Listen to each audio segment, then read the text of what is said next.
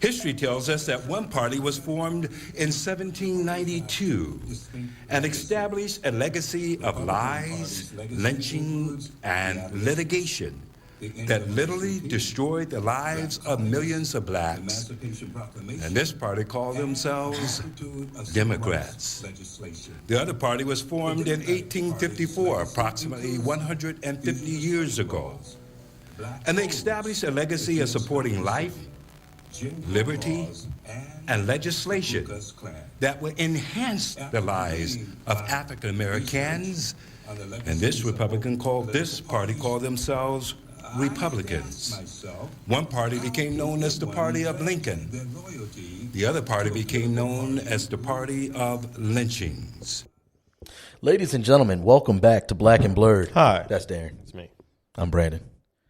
So that was Wayne Perryman, who's an author. Oh shoot, I forgot to look up the book. I'm gonna find that book and put it in the notes. But it's being passed around on social media now because he didn't share any new information. That's nothing new, but it's popular now because he's a black man, right? And he was just sharing that information.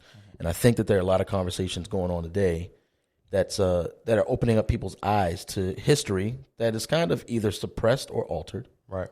That a lot of black Americans have talked about for a long time. They just kind of get censored in that and have been censored in that. So, yeah, there isn't one lie he said. Yeah, I mean, it seems so groundbreaking because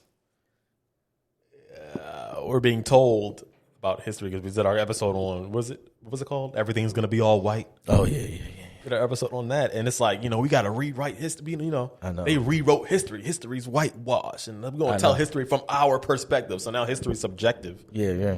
And so now all you need is a black guy to get up and stand and say what's true. Mm-hmm. And now it's all like, it's groundbreaking. Oh, in a world, what's going on? Yeah. So essentially, I forget what that episode was that we did, where we did the history. Oh, I think it was the history of the Republican Party. I don't know. I forget. Did we ever do that? No, we never did that. Oh wow, man, we might have to do that. Did that. We got to get to it. But now here's the thing. Let me ask you this question, Darren. Have you, since your adulthood, have you been invested in the conversation on politics and just it's close to your heart, politics? Since I've been an adult, yeah. Nah. Me neither. I've never cared. I've never even spoke of politics. Me neither. Out here I never cared. I never cared. Wretched area. There are certain things we thought were fun, right? Right. I think a popular one, especially in this area, was shooting guns. Mm-hmm. But then somebody, walking down the street said, "Hey, you're a child murderer because of guns." And then I get dragged into the political conversation because now you're hitting me with all this stuff. I got to defend my life. Yeah. And now you're lying about stuff. And so I think that's the way a lot of people have been brought into this conversation on politics. This kind of phenomenon is the reason this podcast exists, is because there's another narrative that's floating around that's targeting minorities in the country, the way they should think. They're being told the way they should think by majority of the country. Yeah. And then those who choose not to think that way are called names and censored and slandered, almost as if it's like racist or something. So with that, it can be a lonely place in this podcast and doing this podcast, but we have had people from all across the country reaching out to us randomly and encouraging and sharing encouragements about episodes they've been encouraged by.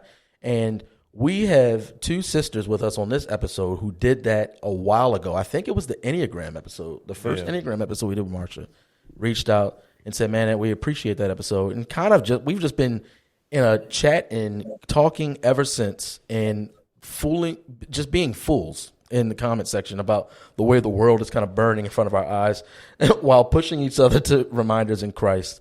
And they are also the hands that created the professional party pooper shirts that went to Elisa Childers, Monique Desan, and I'm going to send one to Marsha as well.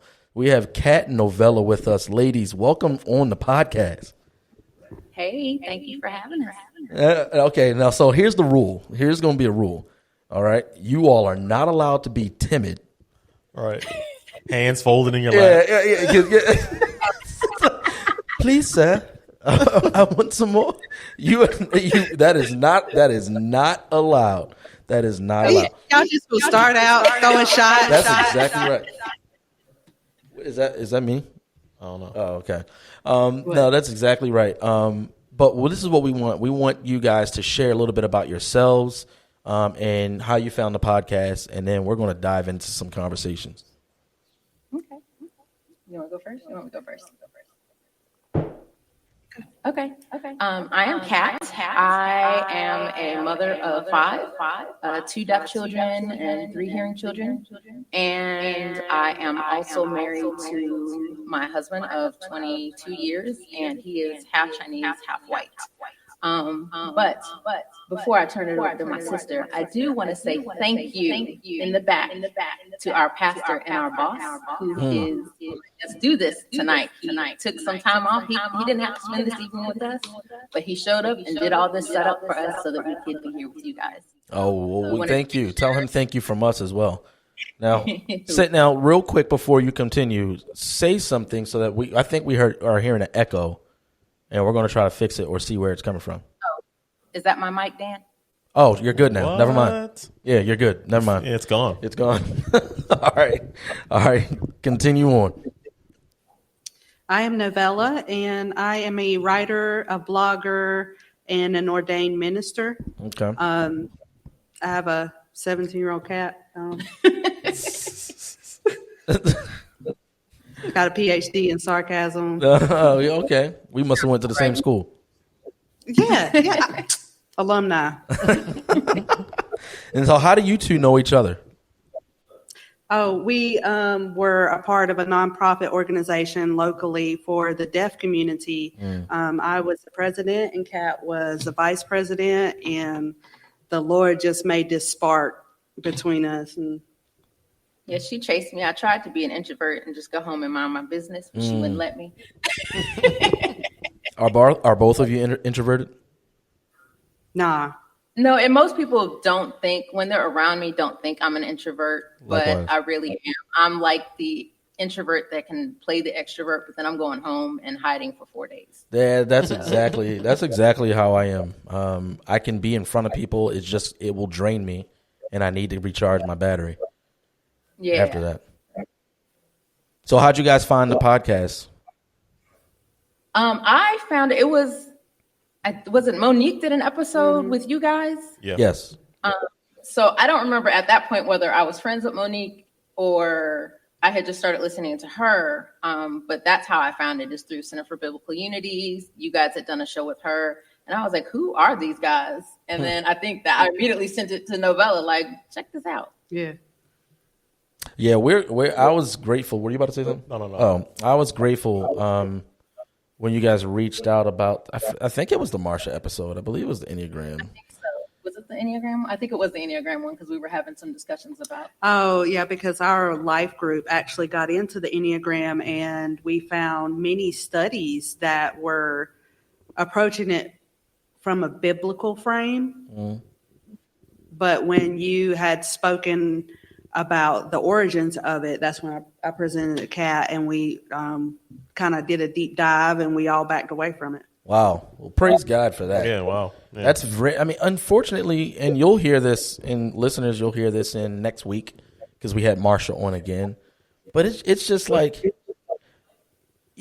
I don't even know how to say it, but it's frustrating when you present information like that. It's like I'm not very passionate about the Enneagram. You know, I'm not going to sleep like crying, like, oh, people are using the Enneagram. But here's the thing. But people end up defending it like they feel that way in the opposite. Yeah. Like, I'm like, hey, did you know that this is actually not scientific at all, and its origins are found in New Age occult practices. And so because of that, I'm not telling you that because I think you're a bad person. I'm telling you that because I think you're a sibling of mine, and you would want to know. Right. And then you tell people that, and they're like, but. Right. But what? Right. What? Right. Oh my goodness. So okay now. So it's been an interesting, I guess. I don't know. What has it been, 10 years? Yeah. Goodness gracious. It's been interesting. Let's just say 3. Yeah. It's been an interesting 3 years. What has life been like for you as Black Americans, mixed Americans, in this kind of steeped in this nonsense that we call supposedly beneficial conversations? I think it goes further than 3 years. Yeah, me too. It's been Share on that challenging. too. I really feel like we moved here in like 2015. So I want to say 2012 maybe is when I think I really started to notice a shift in conversation.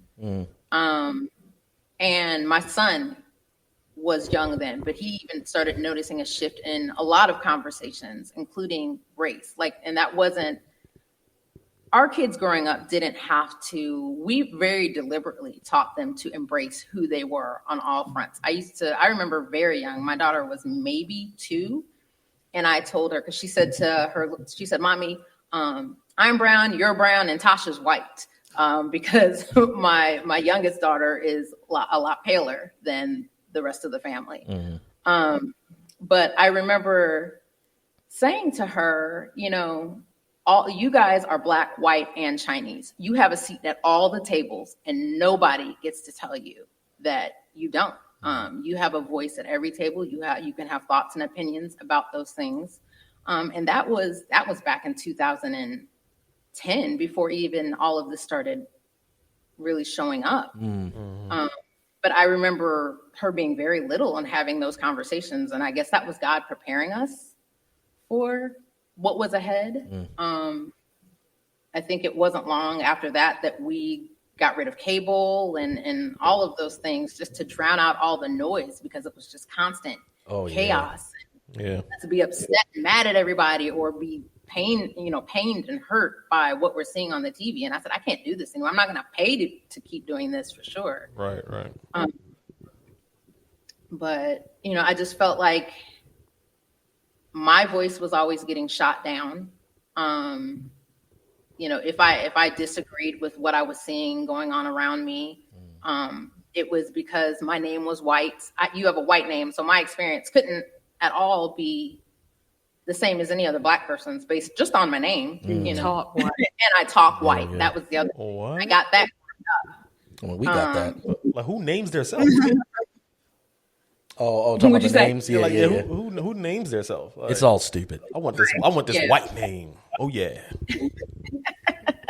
Right. Like, my parents definitely gave me that name, and I was named after a family member. Right. It was so kind of weird, but Bro, my name is Brandon Smith, the most bland name in the world.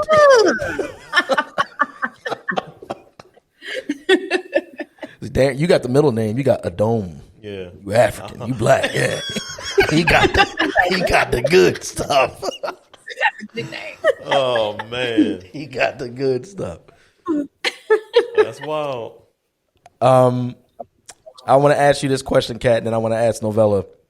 I remember when I don't know what episode this was, Darren. You were talking about it, but somebody came sideways at you. This was about Kyle Rittenhouse. Oh, that's right. That's It was right. so left field. Yeah. Somebody Being came married to a white sideways. woman? Yeah. And so I remember that. somebody literally was just posting about the trial. This is when the trial was going on, and they were just posting false things.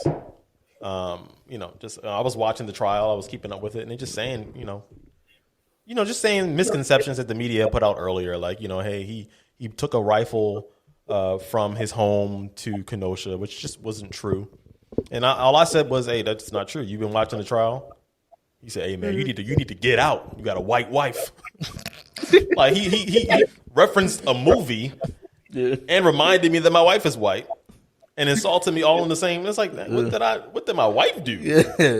Like, why are you attacking my wife? You know what I mean? So Right. it's strange. You're not allowed to think, not allowed to think differently than other people or just say what's true because they'll attack your spouse. Well, that seems to be a common thing. I mean, Kat, have you experienced that at all? Being in an interracial marriage, like you guys have done a horrible evil, and who have you experienced it most by? Who have I experienced it most by? As far as demographic, I would honestly, who have I experienced it most by? I would say Black people are probably more verbal to us about their thoughts. I think sometimes they speak a little more freely.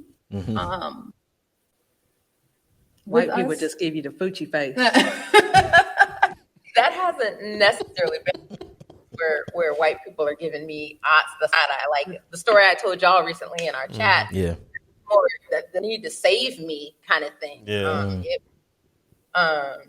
Like, you know, so the story is that my husband and I were at a restaurant recently, and he walked in and went to the bathroom, and I was standing in line, and a woman had been in there before me, and you know, we exchanged pleasantries and all of that, and then she grabbed her food and was leaving, and my husband walked out, and so the guy at the counter started talking to him, and she, I guess, noticed it and assumed that my husband had jumped in front of me and, you know, I don't know, just was being rude or whatever. And she goes, excuse me.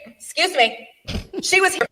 It was like, we just kind of looked like, what is happening? And then I'm like, we're together. And he's like, I'm her husband, you know, and like, I didn't have the capability of speaking up for myself or something. Like, I needed to save me. Because gosh darn it, that chicken. I needed to have my chicken and I right now. Man, I can go for some Chick-fil-A right now. Wow. It's So, I mean. Go ahead. So yeah, for me, I think that's been more when I'm dealing with white people, it would be more that experience. When I'm dealing with black people, it's just straight out. Yeah. Animosity. Yeah. Yeah. And you know something that bothers me about all of this is that I think you can go to any extreme. You can go to the extreme and say that we're all good, racism isn't an issue, and then you can go to the extreme and say that everything is racist. And if I'm trying to be genuine, I can see where both of those people are coming from. We clearly are not in the Jim Crow era, but we are still fallen human beings that like to try to categorize ourselves, and we treat each other differently. We are partial, right, towards one another in different ways. But the fact that those realities are given like mainstream access, and like Kat was saying, it's on every channel how you should feel about this, and this is the way it's happening, and this is what it means, and and it's on steroids, and it's like, wait a second, pump the brakes real quick. We got to talk about this a bit, because the way that this is being communicated is kind of like a caricature. Yeah, where you got the big head and the little teeny weeny body. It's like, yo, this is not accurate. The way that this conversation on ethnicities and critical race theory is a big part in that distortion, but it needs to be discussed. Novella, speaking of critical race theory, you are, by their definitions, both oppressed and the oppressor. How does that feel? I feel like Jekyll and Hyde some days. I am getting treatment for it. I'm trying not to be white, and hopefully my injections will kick in soon. What's that journey for you? I'm not saying it had to have been the last 3 years. It's been like this your whole life, and even if you can be from a visual standpoint, even if you are darker skinned, people will try to say something is white about you if you don't conform. Like what Kat was saying, we grew up in inner city Baltimore. Our parents taught us to speak a certain way, and it was called talking white. And it was like, whoa, you trying to tell me that black people don't know how to speak and enunciate? Right. What? Right. But what has that been like for you? And has this kind of like mess that we're in made that more unbearable? Has it make you want to fight more? I mean, what is that like? See, yeah, first of all, she's always ready to fight. So yeah, try Jesus, don't try me, because I throw hands. Well, first I wanted to touch on what you just said. You had, if I can remember what you just said. You talk. People will try to find something. We are not really that far removed from emancipation or civil rights movement and all of that. But during those times, slaves were not allowed to be educated or know how to read, anything like that. And so the heads of those families had to fight for their children to learn how to read. And that was it was a privilege. It was not a right, privilege. And they spoke clearly. They spoke clear English. It wasn't broken down, wasn't slang, it wasn't Ebonics like we speak now, or like I speak now. I'm being honest. But it was for them a shameful thing to not speak in an educated. And for us, I just don't understand that disconnect or how we have gotten so far from that. Yeah. I mean, even a general standpoint, I think what you just said is kind of like, I mean, I would be willing to bet that majority of the homes in the hood that we grew up in had a mother who was cussing their kids out, and then when the phone rang, turned into the first lady of the United States. Hello. Yeah. Like, I bet not see nothing on that floor, boy. Hello. Yeah, exactly. That white people voice on real quick. Right. So now, what environment did you grow up in? So my father is half black and half white, and my mother was white. Okay. My mother's mother actually told my mother that she wasn't going to bounce no monkey on her knee. So, like, straight out the gate, rejection, abandonment, and all of that. But my grandfather had remarried, and him and his wife were the ones who helped raise me when my mother couldn't be a mother. And ironically, my father, he's in his late 60s, and he was taught by his mother, because this is the Bible Belt. And, during the civil rights time or during segregation, whenever they were integrating schools, it was still a bad thing to be mixed. And she had him tell everyone that he was Indian. Wow. To prevent him from experiencing racism. Wow. Yeah, and even though I came out, white as the driven snow, my maternal grandmother still never had anything to do with me. But my grandparents didn't tell me for a long time that I was mixed. And people treating me differently in the neighborhood, and I didn't understand why. And they finally told me when someone called me a sand N-word. Yeah. It's the wrong derogatory term, but my grandfather broke that guy's jaw, and at that point, it had to be told, why that was happening. And they always embraced it. They never treated me like I was any different. And I went to predominantly black schools, and the black kids always embraced me like I was one of them. Full acceptance, never any question of loyalty or anything like that. It was the white people who treated me bad.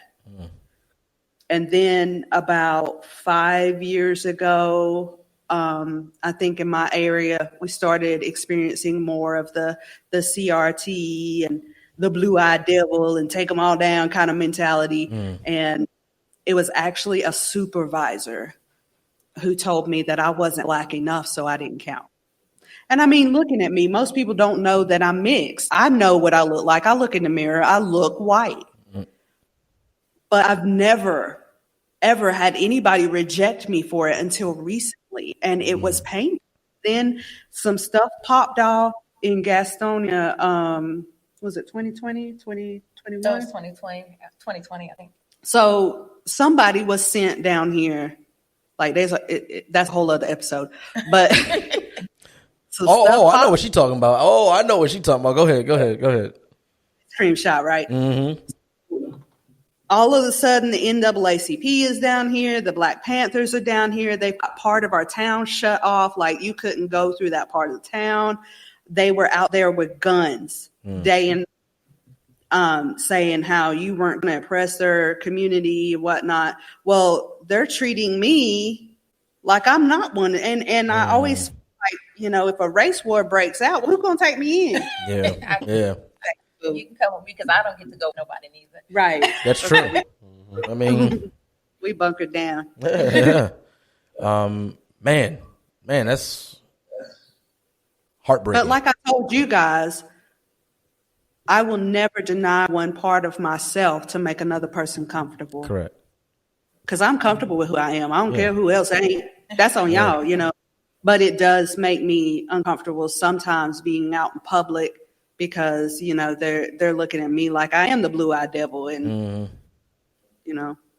And then if you were like what you experienced when you were younger, those who aren't mixed treat you as if you're tainted. Yeah.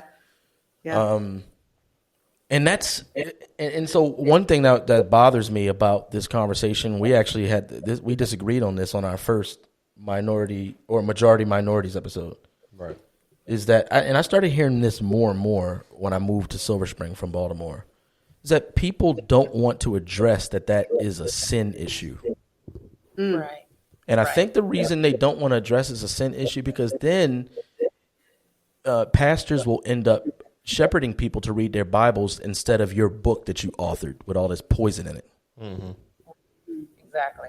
You know what I mean? Like, one of my biggest fights against critical race theory has always been that it's trying to address a sin issue. So we're talking about a spiritual issue with fleshly tools.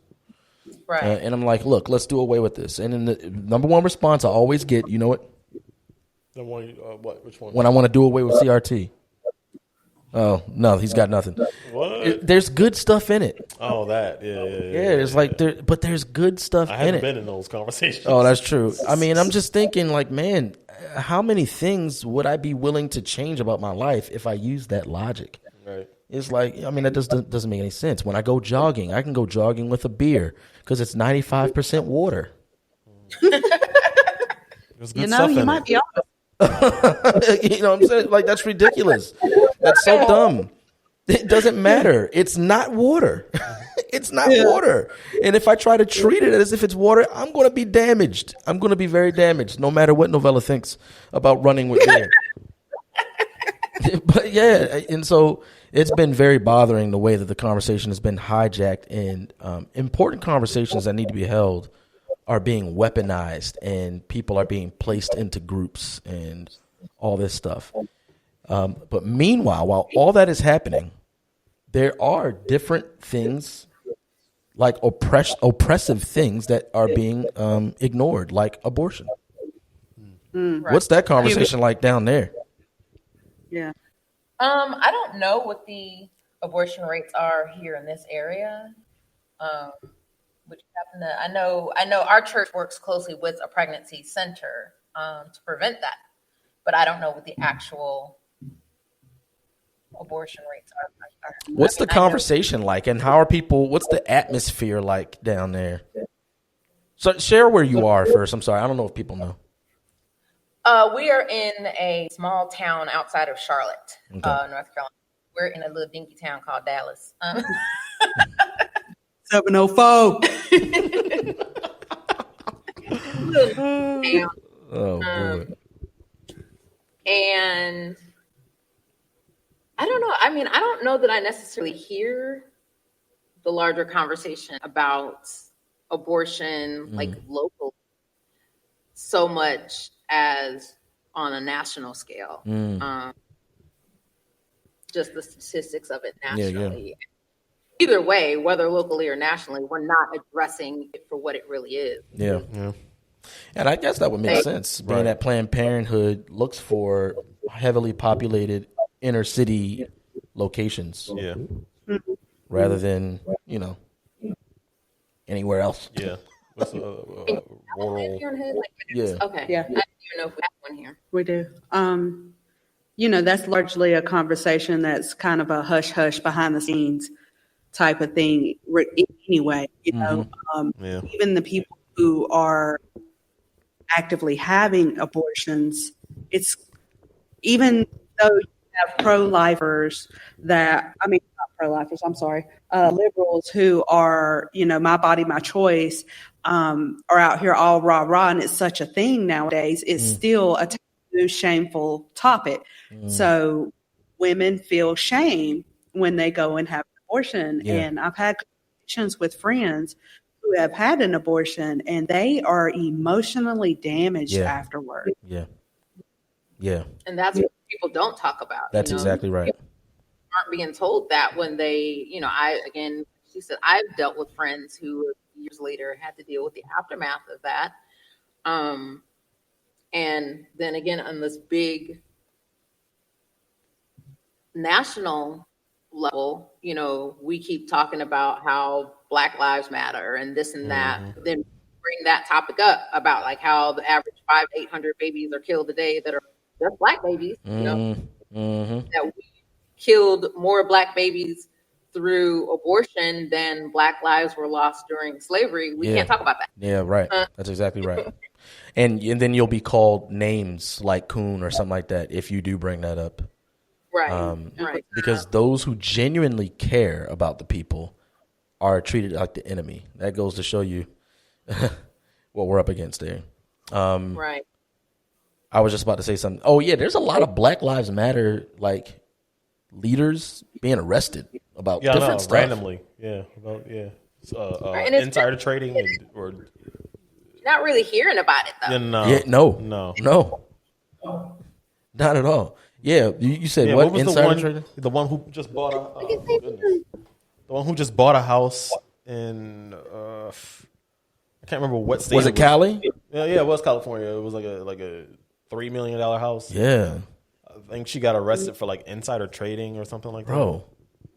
So let me ask this question real quick because I'm ignorant. I don't know much. I mean, is there a lot of insider trading going on in the hood? Is that a thing? Because isn't that where she belongs? So she could take the money that she was getting and sprinkle it around to all the poor, needy Black people who just are dying to have somebody pour money on them because they're not all happy. that money that disappeared. Right. Tens of millions of dollars. Yeah. Man. And the building, the location that is just gone. All that stuff. Oh, man. Oh my gosh. But Honestly, that's the issue on both sides, whether it's abortion or Black Lives Matter. You have everybody who's rah against it, like you're against Black people being oppressed, but you're not willing to funnel money into breaking that oppression or building up. When it comes to abortion, you're rah don't have an abortion, but you're not willing to adopt babies. Right. Yeah, that's right. And well, I don't know. I don't. Well, whatever. Let me just say this. I think that Black Americans are among the least likely to adopt a child. Children, yeah. To adopt children. They fast to tell a white person not to adopt one, though. Say again. They're fast to tell a white person not to adopt not one. To adopt them because it's you can't raise black kings and queens. What you know about a hot cone? we don't use those. Yeah. There's a lot of learning to do, I tell you that. But that's just in general. I mean, have mercy. When you get to these conversations, and like all these different groups that are forming out of these conversations, because of all the different identities that are forming out of these conversations. I've felt myself. There's a beauty in being a believer, because I'm like, man, that's home. But I have to say, these last few years, having conversations with believers that I would say are like kind of obvious, have been disappointing. Yeah, not so. Yeah. Has been, and so one of them is abortion, right? You have a conversation about abortion, and when you are against murdering babies, people equate that to you being mean. And I was never able to compute that, and then I realized, oh wait, you're presupposing that I've accepted the redefining of what abortion is, which is a healthcare issue and a kind of women's thing. Yeah. And I don't think that is. I think abortion is murdering babies. Now, I'm still a pastor. So I know women who have aborted children. And my conversation with them is very different. But like what Novella said, they're broken. They're broken. And I get angry when I look at their brokenness, and then I look at the parades in the street celebrating people to go towards that type of brokenness in addition to murdering babies. And calling it a right. There was a former Muslim extremist. I forget what his name was. You remember that? In Dinesh D'Souza's documentary, there was a former Muslim extremist who was talking about Ilhan Omar, and saying, man, she tells these American women to go and abort their babies. And he said, but would she ever kill a Muslim in her womb? No. Yeah, he slaps the table. No. And Darren, you've brought this up before. He's like, there are a lot of people who are pushing these very extreme socialist ideologies who live quite conservative lives. Yeah, they definitely do. Most people live conservative lives. Yeah. Most people are family first, faith in something. I don't know if it's Christian faith.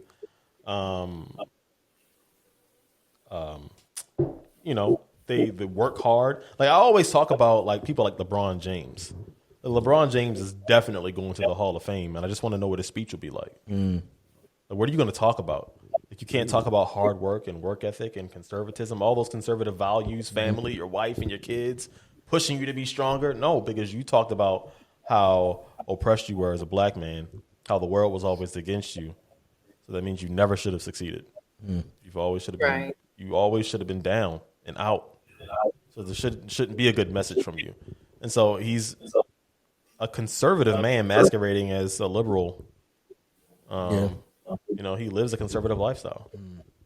I mean, that's largely the black community. Right, yeah. Largely the beliefs of the black community are conservative beliefs. Yeah, right, man. Right. Yeah. Yet we're beat down for being Republican.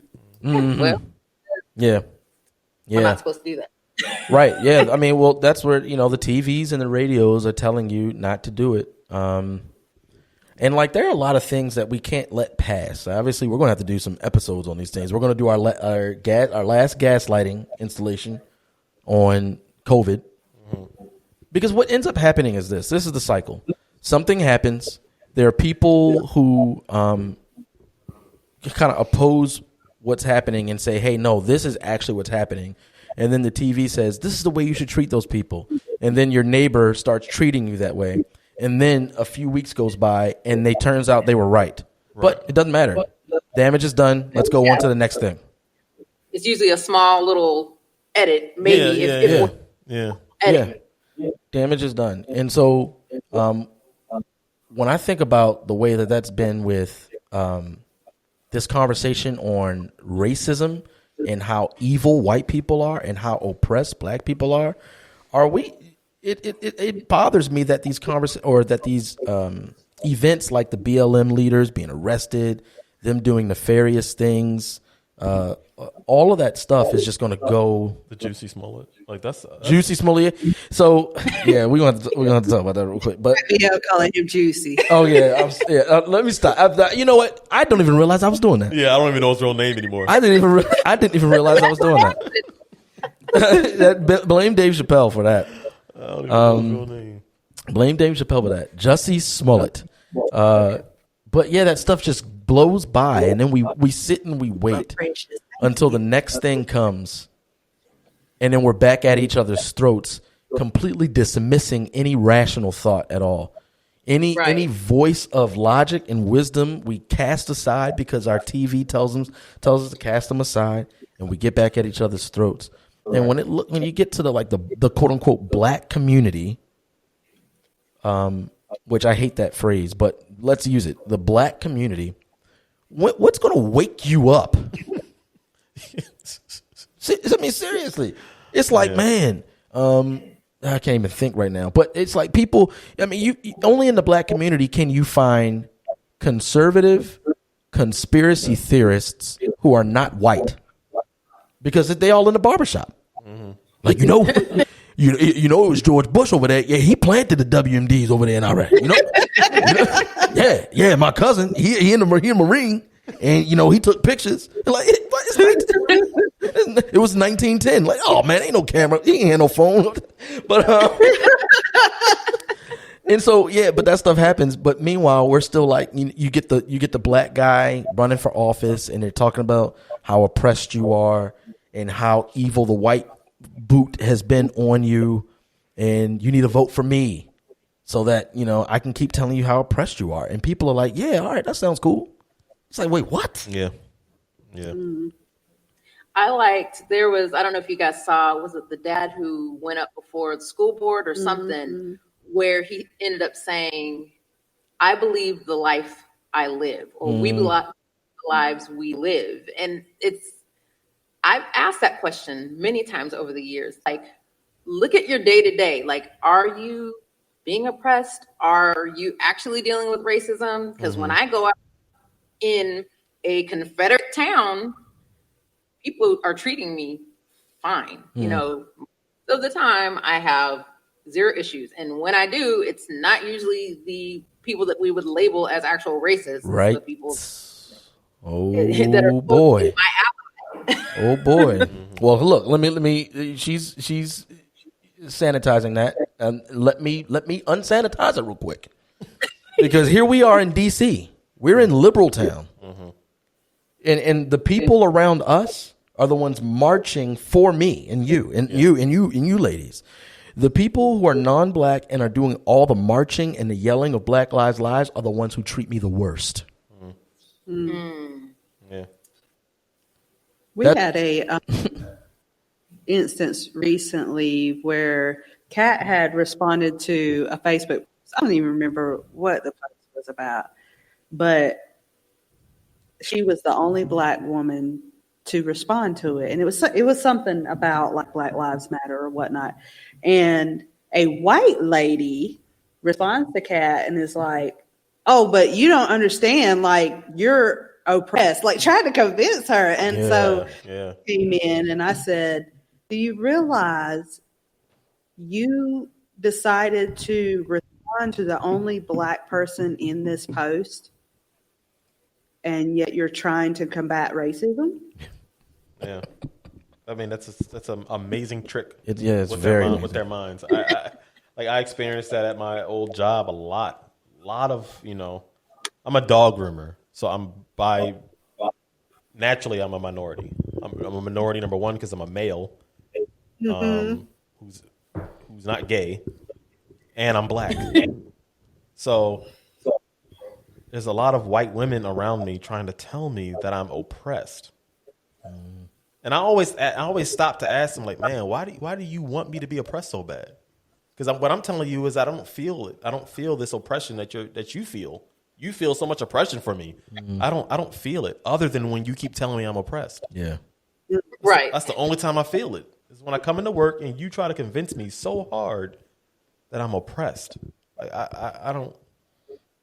I've come to the conclusion that people who do that, if they accept your version of what it is to be black, then they lose a part of their identity. Because now what am I going to do? Right. If I don't fight for black people, what do I have to do? If I'm not,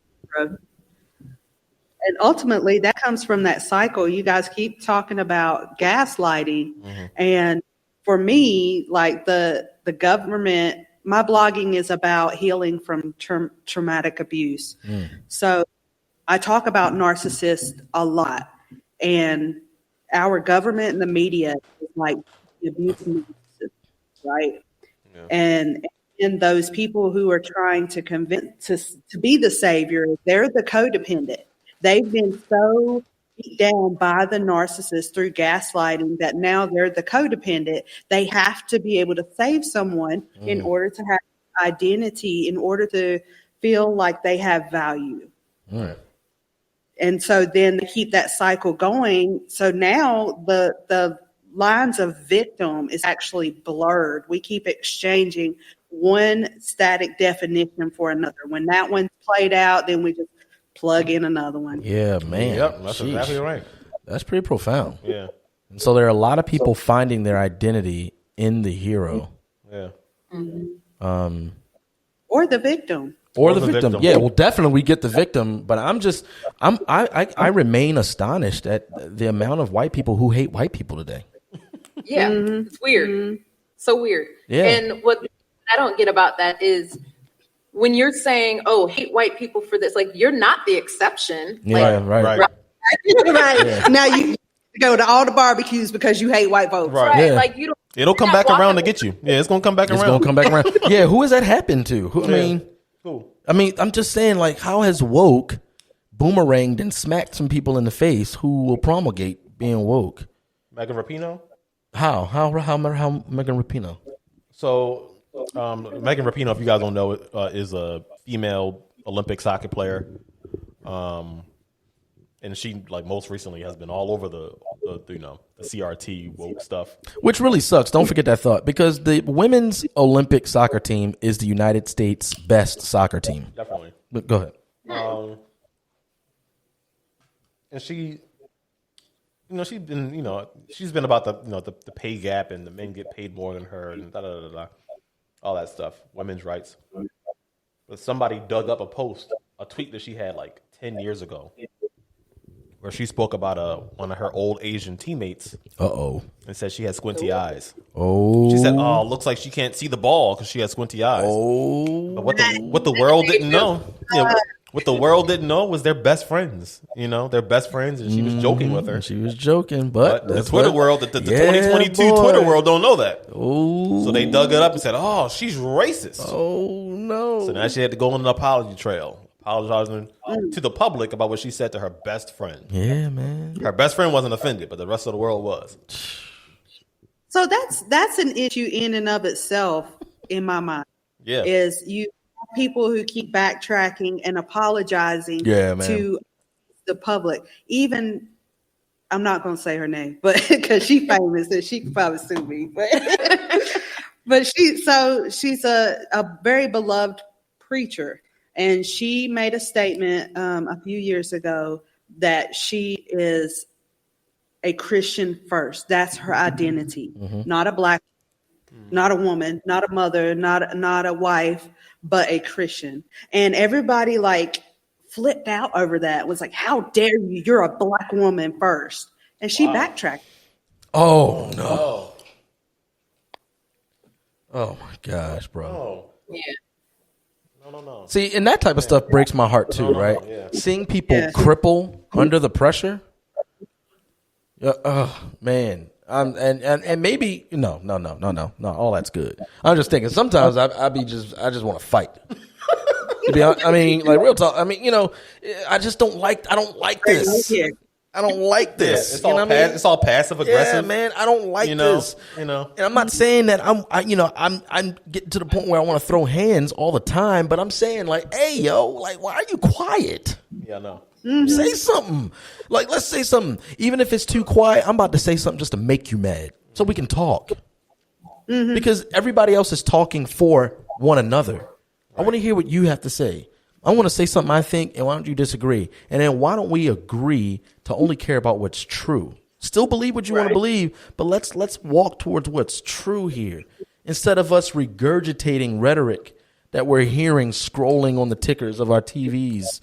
I mean, it's so ridiculous. I know when a narrative is happening, when I have multiple independent conversations with people and they're using the same phrases. Yeah. Same words. Like, and I'll be looking around like, wait a second. What? Do you know what you call it? Right. Because they just said the same thing. How are y'all doing this? It's like, wow. Can I on you real fast? Say it again. Can I drop something on you real fast? Drop it. I was wondering if I was going to have space for it. Okay, it's ubiquitous assimilation. That's what's happening today. But go ahead, explain it to it. Explain it. Always absorbing everything, everywhere, all the time. How are you to imagine anything if images are always being provided for you? And that's kind of the state that our society is in, where we become so lazy. We would rather have the insight and knowledge pumped into us. We'd rather be told what to think, what to believe, as opposed to seeking out the truth for ourselves. Yeah. Right.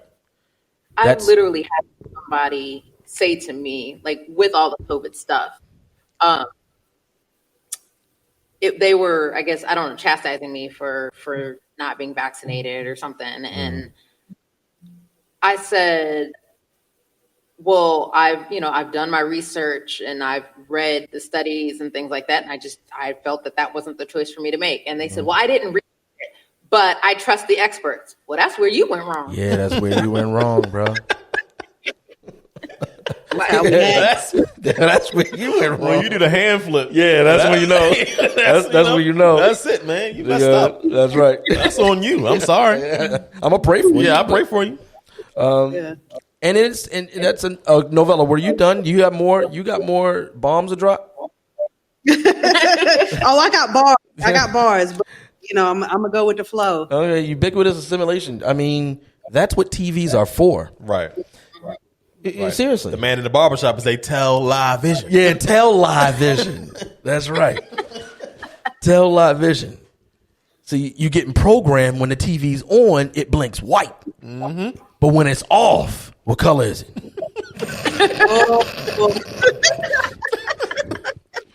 I had a social studies teacher in middle school. My first, one of y'all sent this in the chat about black male teachers. Yeah. This was mine, 6th grade. Okay. And he told us that BMW stands for Black Man's Wish. Oh. Yeah. Yeah. And so I went home, asked my father, like, Dad, BMW stands for Black Man's Wish? And he literally laughed and walked away. He was like, who told you that? It's like my teacher. And he just couldn't stop laughing. But then he ended up telling me it was Bavarian. But yeah, you get those types of jewels dropped on you at any point, at any moment. Yeah. But there was something I was going to say because of ubiquitous assimilation. Would you say, Novella? Imagine how many people ran with that. Real talk. I'm sure That's they how. did. I mean, that's discipleship, is it not? Yeah, I know. Yeah. Kids and everything are out here being discipled by this poisonous and this toxicity, and what people like, what we are fighting against right now, and Christians today need to recognize this when it comes to the declination of human sexuality, when it comes to the declining knowledge of what it means to be an image bearer of God, when it comes to distorted identity, all that stuff. We are not fighting battles for things to change today or tomorrow. Right. We're fighting battles for our children. Mm-hmm. Absolutely. I mean, I can't imagine that if this nonsense continues to escalate, what life is going to look like for my sons who don't hate all white people, or for your son who is both black and white. Mm-hmm. Right? I mean, I can't imagine what that's going to look like. But I know one thing, they're going to have to be warriors. Yeah. Yeah, absolutely. They're going to have to be warriors. But that, I'm sorry, that I got my thought backtracking. It breaks my heart when people get crippled by that, not because I don't want them to apologize, but because now it shows that you lied at least one time. Right. Either you believed what you said, or you believed the apology. One of them's not true though. Right. Either you do believe that you are a Christian first, or you said that to appease people and you believe that you are a black person first. But they can't both be true. Right. And whenever someone says something they believe, and then someone says, "Oh, you're making me cry," and then it's like, "Oh, I'm so sorry." Nah, like what Kat said. I mean, that's where you went wrong. I mean, I'm sorry. Right. We can talk about it. Right. Like, I'd like to talk about it with you, but you're not about to force me to think like you. Right. That's crazy. Right. Let's hit something else. Let's hit something else. Where are we doing on time? Oh man, good grief. I told you. I know we Two-part can do this. We are gonna have to. We are gonna have to. But what is something that you definitely want to see changed for in the near future? I'm talking 4 or 5 years. Ooh, I would like. Yes, Yeah, well, besides gas prices going up, I think that happened in like Yo, 4 or gas 5. prices. That can happen- Right. That can happen in a couple weeks for me. Yeah. Yeah. 4 to 5 years. I would like to see people wake up to reality of what is really going on. Turn off your TVs and go engage with people. Yes. See what is really going on in the world, because I guarantee you the world is not as racist as being told it is. Right. There's nothing about the world that's as nefarious as they're being told that it is. Nefarious. It's I mean, just it is, not yeah. In that way. Right, Yeah. yeah. And, just stop trying to fix internal problems with external solutions. Oh yeah, we're definitely gonna have to do another one because we have to talk about how Black American culture is something that erodes from within, from inside. Yeah. Absolutely. Inside. What you got, Novella? I would like to see two things change. For one, I would like to see voices like ours become the prominent voice, bringing that balance, bringing the truth of God's word, rather than the loud voice always being the one being divisive. The second thing that I would like to see is, honestly, that we do away with cultural Christianity and that the remnant rise up. This is going to be an unpopular opinion, but I would like to see pressure be put on the church in such a way that you actually live it out or you step aside. I think we're seeing that now a little bit. Yeah. I think because of the demands of the culture, the Christians who want to backtrack and apologize are doing so, and the Christians who are saying, there's nothing for me to apologize, but you can come home for dinner, are doing that. And I think that's where it's going to be. But that's carrying the cross, right? That's Jesus's prayer in John 17 is not that we would be taken out of this world, but that we would be protected from the evil one. And so that's my encouragement as well. One, thank you, ladies, for being on this episode too. Yeah, and definitely. Also, thank you for those shirts. Yeah. Thank you for your encouragements. And because, like that's rare as well. I know I tell you all that, and I've told you it before, but like, especially when we first started this, we didn't have it was not, you don't get encouragements.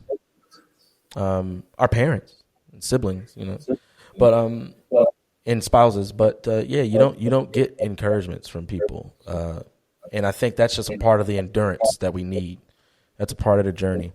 But I think I want to see that from Christians. I want to see Christians who aren't fighting to see things change, but are fighting because they know ultimately it has changed. And I think that's where endurance and perseverance comes from. So you all keep that as well. Keep that unpopular but truthful, faithful opinion and that voice, and keep encouraging one another, and keep encouraging us because we need it.